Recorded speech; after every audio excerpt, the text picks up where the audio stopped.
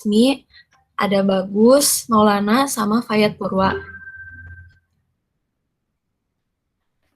Di sini, pengertian dari loader adalah alat yang umum digunakan di dalam proyek konstruksi untuk pekerjaan pemuatan material hasil penggalian ke dalam truk atau langsung ditimbunkan pada tanah yang rendah.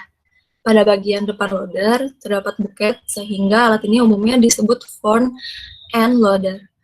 Dalam suatu proyek konstruksi, truk dan alat pengangkut lainnya mempunyai fungsi untuk mengangkut material dari sumbernya atau dari tempat penggalian ke tempat pengurungan. Fungsi loader juga dibagi sama jenis-jenisnya. Yang pertama itu berdasarkan sistem kendali dapat dibagi menjadi dua. Yang pertama ada cable control atau sistem penggerak attachment menggunakan kabel. Yang kedua hydraulic control, sistem penggerak attachment menggunakan hidrolis. Dan di sini berdasarkan roda penggeraknya, loader juga dapat dibagi menjadi dua bagian. Yang pertama crawler loader, roda penggerak utama menggunakan set rantai. Yang kedua wheel loader, roda penggerak utama menggunakan ban karet. Yang terakhir, berdasarkan sistem kemudi, wheel loader juga dapat dibagi menjadi dua. Yang pertama, sistem rear steer, menggunakan alat kemudi yang penggeraknya berada pada ban belakang. Yang kedua, articulated wheel loader, menggunakan alat kemudi dengan bagian penggeraknya ada pada bagian depan atau buket, dapat dibelokkan hingga membuat sudut 40 derajat dari sumbu tengah alat secara keseluruhan. Di sini juga ada kelebihan dan kekurangan wheel loader. Untuk menyelesaikan pekerjaan berat, terutama di medan yang sulit, wheel loader memang sangat membantu. Namun, begitu alat berat ini juga memiliki kelebihan dan kekurangan. Kelebihannya, wheel loader yaitu memiliki mobilitas tinggi yang mampu bermanuver di daerah pemuatan atau loading point yang lebih sempit dibanding traction over. Karena menggunakan ban karet, maka risiko kerusakan jadi lebih kecil. Dan kekurangannya, pemindahan muatan ke dump truck terkadang miring. Faktor ini kadang juga dipengaruhi kemampuan atau skill operator. Dan di sini ada 7 jenis bucket pada loader. Yang pertama bucketed, yang kedua bucket general purpose, yang ketiga rock bucket, yang keempat modifikasi rock bucket, yang kelima skeleton rock bucket, yang keenam ejector bucket, yang ketujuh multipurpose bucket. Selanjutnya akan dipresentasikan oleh Delina.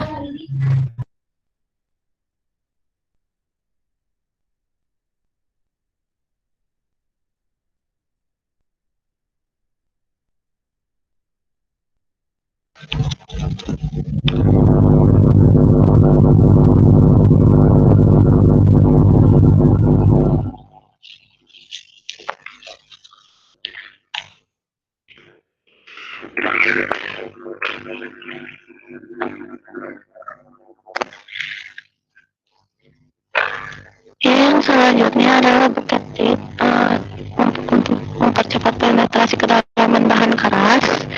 Ujung-ujung giginya dapat dipanjangkan dan dipendekkan. Ujung-ujung giginya akan menanam dengan sendirinya, dapat digunakan untuk tujuan-tujuan umum bucket bantuan. Yang kedua itu bucket general purpose, menangani banyak macam bahan dan penerapan. Plat samping kaku atau rigid, digunakan plat tebal dan lapisan keras dengan pelindung yang kuat di bawah, tapi pemotong yang kuat dan dapat dipasang gigi untuk penetrasi pada material kertas.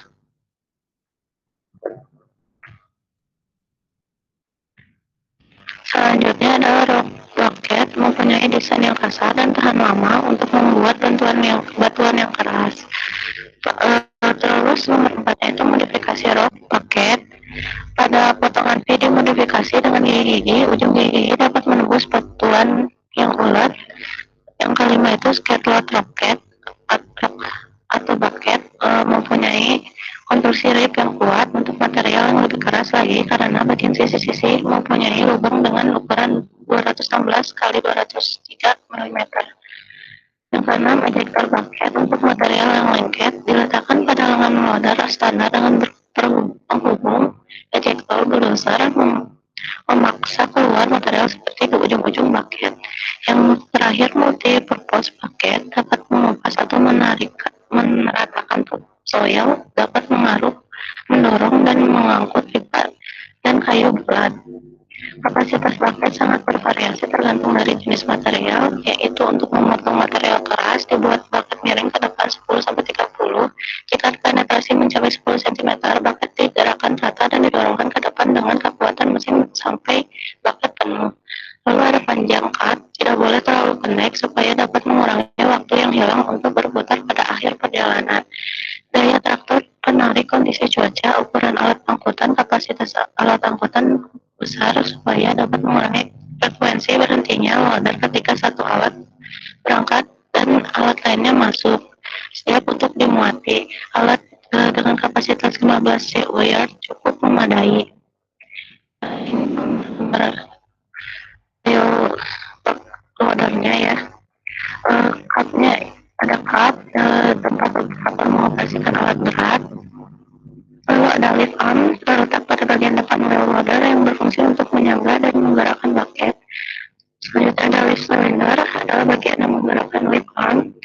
Selanjutnya ada bucket, di mana ujung lift arm berfungsi sebagai wadah material yang untuk melakukan penggalian. Terdapat berbagai jenis bucket yang dapat dipilih sesuai dengan kebutuhan. Ukurannya juga beragam, namun butuh diperhatikan untuk menggunakan bucket dengan kapasitas yang sesuai dengan wheel loader yang digunakan. Lalu ada dump slider, merupakan bagian yang menggerakkan bucket dengan bantuan tilt lever. Selanjutnya ada tilt lever, berfungsi untuk meneruskan gerakan dump slider untuk menggerakkan bucket agar dapat menampung atau membuang material. Selanjutnya ada rail, front wheel, dan front tire. Rear tire adalah ban yang menopang bagian belakang wheel loader, sedangkan front tire merupakan bagian depan. Selanjutnya ada headlamp atau turn signal lamp. Sesuai namanya, headlamp adalah lampu utama pada wheel loader untuk membantu operasi dalam kondisi gelap atau kurang penerangan. Oleh teman saya, Faya.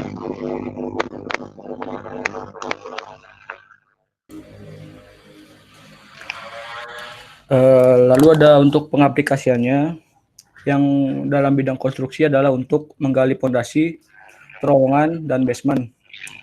Ini dengan ketentuan harus ada ruang yang cukup untuk loader agar bekerja dengan aman dan fleksibel.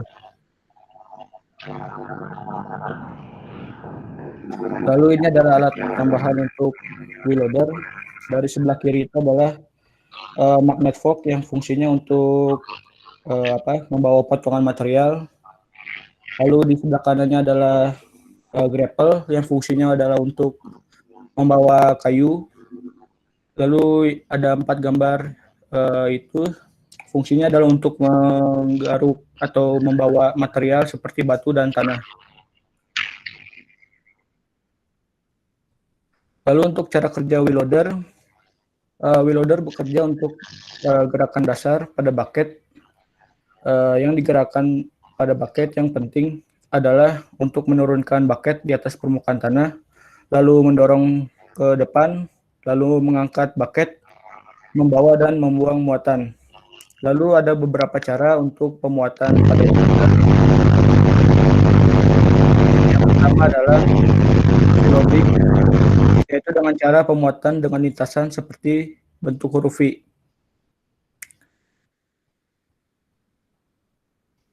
Yang kedua adalah loading, yaitu truk berada di belakang truk, lalu membuat lintasan seperti membuat garis tegak lurus. Lalu ada cross loading, cara pemuatannya itu truk juga ikut aktif dengan cara ketika pengambilan wheel loader, maka truk maju ke depan, dan ketika wheel loader sudah mengangkat material, truk akan mundur untuk pemuatan. Lalu ada cara pemilihan wheel loader. Yang pertama adalah attachment cutting edge. Bongkar muat material sepanjang hari itu bisa dapat menimbulkan kausan yang berlebihan pada GET atau ground engaging tools loader. Untuk memastikan tools yang berbenturan langsung dengan material tetap dalam kondisi yang baik, para manajer pemeliharaan armada bisa melakukan inspeksi visual harian terhadap kondisi bucket, yaitu dengan cara melihat apakah ada gigi-gigi yang longgar, retak ataupun yang hilang. Jika ada kerusakan, maka bisa diperbaiki atau menggantinya dengan komponen yang lebih baru dan harus dilakukan sesegera mungkin. Lalu ada tapak dan pemompaan ban. Kebocoran yang tidak terdeteksi atau pemompaan yang tidak tepat dapat menyebabkan kausan dini pada wheel loader dan bisa berpotensi terjadi kegagalan ban seiring perjalanan waktu. Para pemilik, manajer armada, dan operator harus memahami rekomendasi-rekomendasi perawatan manual wheel loader, terutama mengenai PSI yang tepat dan pemompaan ban yang tepat. Selain mempertahankan tekanan yang benar, perawatan rutin dan inspeksi ban juga harus membutuhkan inspeksi visual secara menyeluruh untuk mendeteksi apakah ada tapak-tapak ban yang hilang untuk memastikan bahwa peleknya itu dalam kondisi baik ataupun tetap utuh.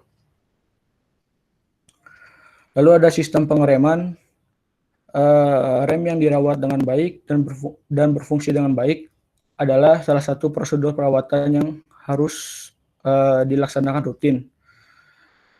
Karena setiap alat berat seperti wheel loader banyak beroperasi di lokasi pekerjaan yang padat, bisa juga di tanjakan, lalu banyak unit juga yang berada di kondisi di sebelahnya ada kendaraan. Selain prosedur tersebut, wheel loader juga bisa banyak melakukan pengereman mendadak. Yang keempat adalah driveline shields and axles, yaitu menjaga agar area mesin tetap bersih, yang akan memungkinkan inspeksi yang lebih baik untuk mengidentifikasi kebocoran pada seal dan gandar. Lalu ada cairan oli dan filter. Cairan oli engine dan cairan pendingin itu adalah elemen-elemen yang harus rutin dicek, yaitu dengan cara menggunakan tokat ukur atau dipstick atau kacamata penglihatan yang akan memberikan panduan yang akurat untuk pemeriksaan. Dengan merujuk pada manual operator mengenai instruksi pengisian cairan-cairan yang sesuai dengan interval yang disarankan. Lalu ada sistem pendingin dengan cara memasang kipas-kipas yang dapat bergerak terbalik sehingga membantu membersihkan sistem pendinginan. Lalu ada contoh perhitungan yang akan disampaikan oleh Bagus Maulana. Ya, contoh perhitungan produktivitas loader. Loader digunakan pada pekerjaan pemadatan tanah, di mana sebelum pemadatan dilakukan penimbunan tanah oleh loader pada area yang akan dipadatkan. Selain itu, loader juga digunakan untuk memindahkan hasil tanah, pembersihan lahan oleh ekskavator. Produktivitas loader dipengaruhi oleh yang pertama ada kondisi material. Semakin keras kondisi material yang ada, produktivitas loader akan semakin lama. Lalu ada tipe bucket dan kapasitasnya. Semakin besar kapasitas dari bucketnya, maka produktivitas loader akan semakin baik.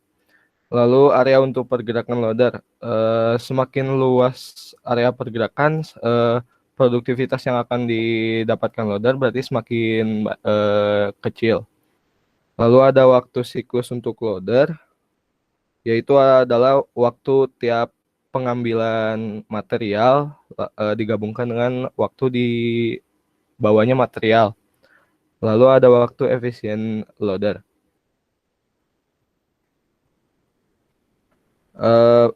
Rumus produktivitas itu adalah ukuran bucket dikalikan 60 dibagi CT dikali BFF dan dikali efisiensi, di mana bucket size adalah ukuran bucket, CT adalah cycle time atau waktu siklus, BFF adalah bucket fill factor.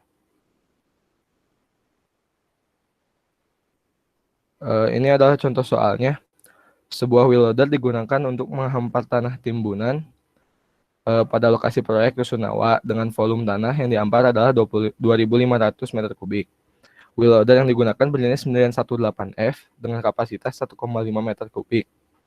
Jarak tempuh loader sesuai dengan panjang area pemadatan dan waktu berputar loader kurang lebih 1 menit.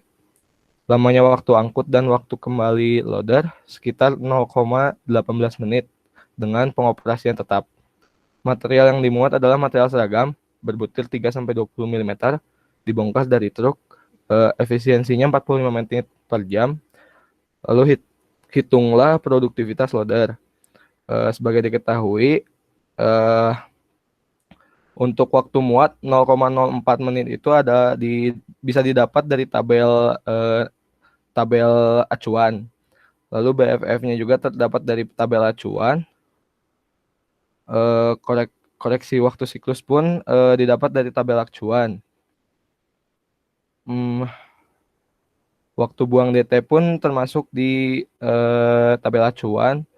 Waktu angkut terdapat di soal.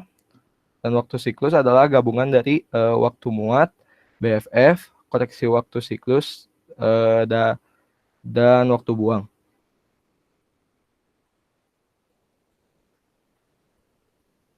Nah, ini adalah tabel acuan yang dimaksud tadi. Yang pertama BFF. Karena tadi materialnya seragam, jadi faktor yang didapat itu 0,95 sampai 1. Kami mengambil faktornya itu 1. Lalu ada tabel waktu muat, yaitu LT. Karena butirnya seragam, kita mengambil 0,3 sampai 0,5. Lalu ada di tabel waktu buang. Tabel waktu buang karena ditumpahkan di atas tanah, tabel waktu buangnya, jadi DT-nya diambil 0,1. Lalu ada faktor penambahan dan pengurangan untuk CT. Yang pertama kondisi tanah. Yang di soal terdapat kondisi tanah itu diameter 3-20 mm. Jadi faktor yang diambil adalah minus 0,02. Lalu timbunan karena timbunannya pembongkaran dari truk, jadi plus 0,02. Selanjutnya ada pengoperasiannya. Nah, di sini kan di soal terdapat pengoperasian tetap, jadi di sini ada minus 0,04. Next. Nah, jadi penyelesaiannya seperti di sini. Bucket size-nya kan ada di soal 1,5 meter kubik. Lalu 60 bagi CT. CT-nya yang terdapat tadi di tabel-tabel 0,28. Lalu dikalikan BFF, BFF-nya 1. Lalu efisiensinya yang terdapat di soal 45 menit per jam. Lalu didapat produktivitas 241,071 meter kubik per jam. Jadi durasi pekerjaan untuk pengamparan sebagai berikut. Produktivitasnya terdapat 2.500 meter kubik lahan dibagi dengan produktivitas si loader. Jadi ada 10,37 jam atau dibulatkan jadi 11 jam. Next. Sekian dari kelompok kami. Mungkin ada yang ditanyakan.